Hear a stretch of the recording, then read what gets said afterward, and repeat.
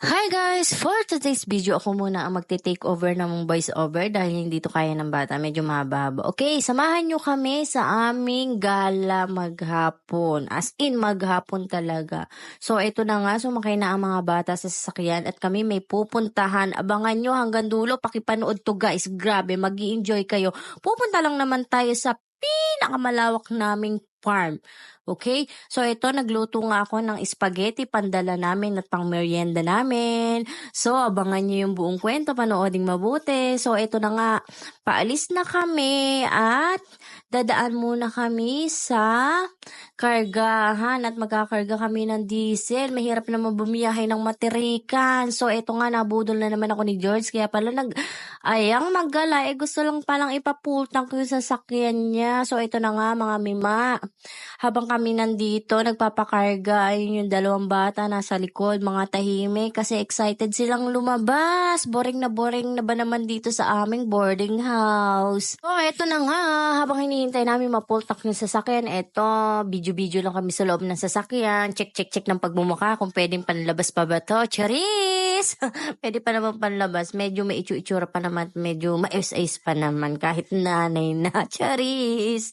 So, eto na nga, pamaya, may hihintuan na naman kami at bubudulin na naman ako ni George.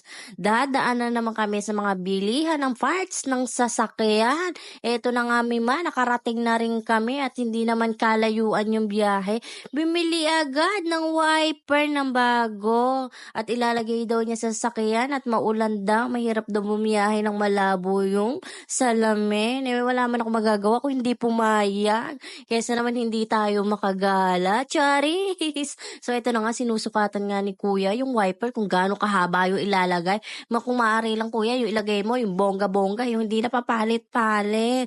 So, ito na nga, tinawag ko na nga siya, inabot ko na nga yung pera, mga mima. Tuwan-tuwa at may nadagdag na naman na bago sa kanyang sasakyan. Sana all. Ito na nga, kinabit na rin ni kuya at hindi rin naman kami masyadong nagtagal dito at malayo-layo din naman yung biyahe namin. Siguro from boarding house to Baylen, siguro nasa kulang-kulang 2 hours. So, yung oras kasi ng pag-alis namin na to, naabutan kami ng ulan. Tapos, okay lang din naman kasi malamig sa biyahe. Kaso nga lang medyo delikado, madulas sa daan. Ay, yung daan pa naman paakyat doon, papunta sa may Baylen, medyo curve. May mga bundok na dadaanan bago ka makarating sa may farm namin. Charis! Farm namin.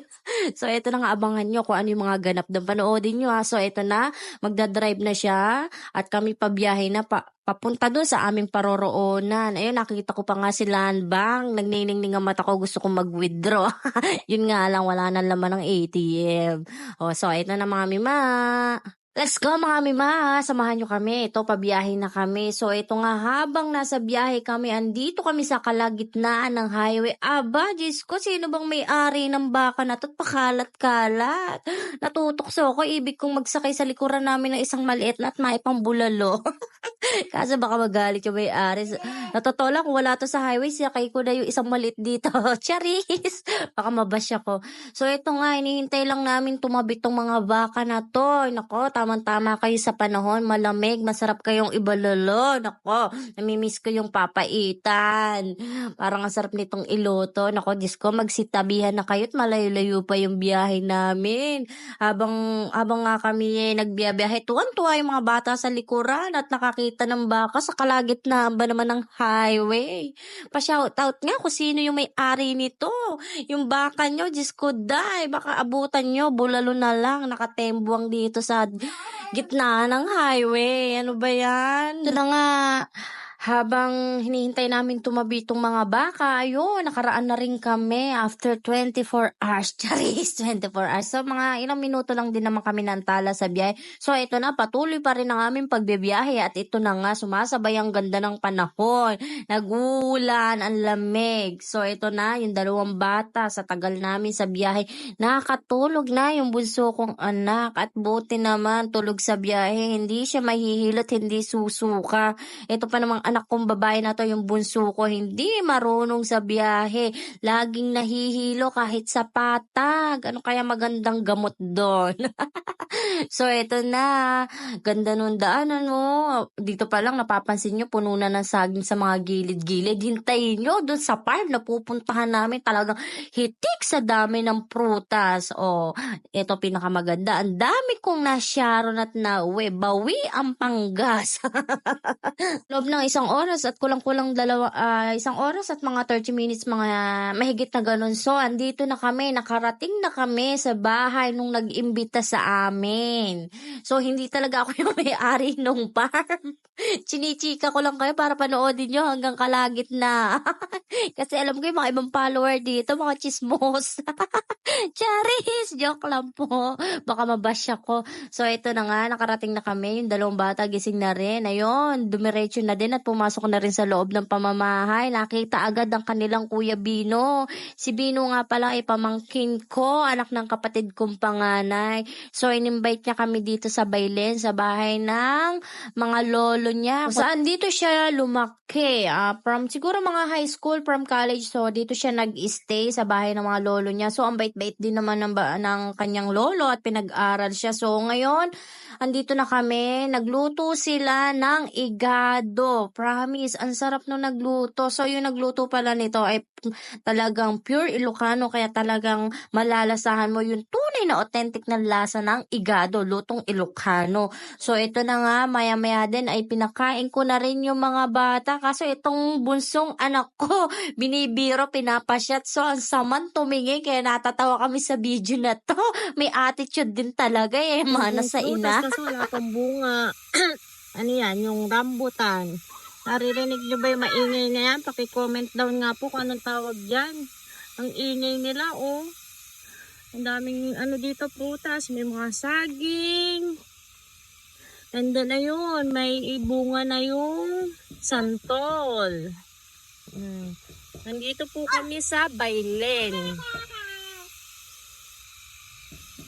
So, ito na nga, pagkayari namin magpahinga at medyo nabusog-busog nga tayo. So, ito, pinuntahan na agad namin yung mga tauhan nila, kung sino yung mag-aani ng mga saging na saba na maiuwi namin. So, ito nga, nilalapitan ni Alvin at kinakausap kung meron bang pang-harvest na magulang na pang-uwi namin.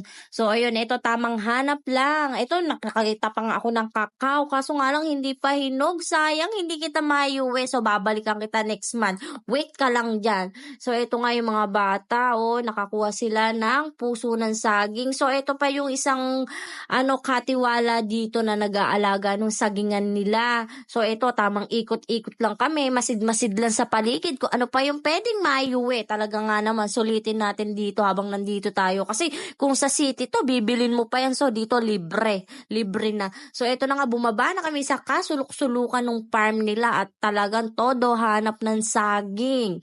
At alam nyo naman, ang mahihilig ang mahihilig ang mga person sa saging. Ano ba yan? Nabubulol na ako. So, ito, tamang hanap lang dyan. Kasama yung dalawang bata at ayaw magpaiwan, manghang-mangha. Nagsawa ba naman sila sa city na puro ang makikita nila bus? So, dito, enjoy sila. Medyo malamig ang panahon, maayos, hindi mainit. So, ito na nga, nakakuha na kami ng ilang buwig na saging. So, inayos na rin namin at i-ready na itong iuwi sa aming boarding house. Tamang pahinog lang, ganon. Tapos, tamang banana queue lang tayo pag nahinag, ganon. Pero, hindi ko lahat i-stock doon sa amin yan. Ibebenta ko yan. Alam nyo na, need ng money, pampalit ng diesel. Para-paraan lang yan. So, ito na nga, binuhat na ng mga pamangking ko yung mga saging.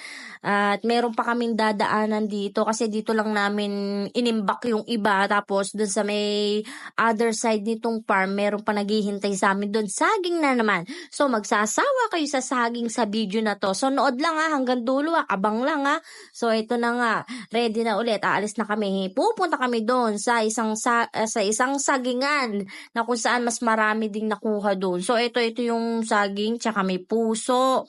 Tapos, hindi na pala nasama dito sa video. Hindi ko pala nakuha na ng video. Yung isang sakong saging talaga na pagkarga namin. So, ito na. Ready na. Uwian na. Hintayin nyo yung part part 2 kung saan pa kami huminto. May dinaanan kaming beach. Hindi pwedeng hindi makakapag-beach at yung mga bata mahilig sa ganon. So ito na, thank you sa may-ari ng farm na to at marami kaming nauwing saging. Hindi ko na nabidyohan yung iba. Bye-bye!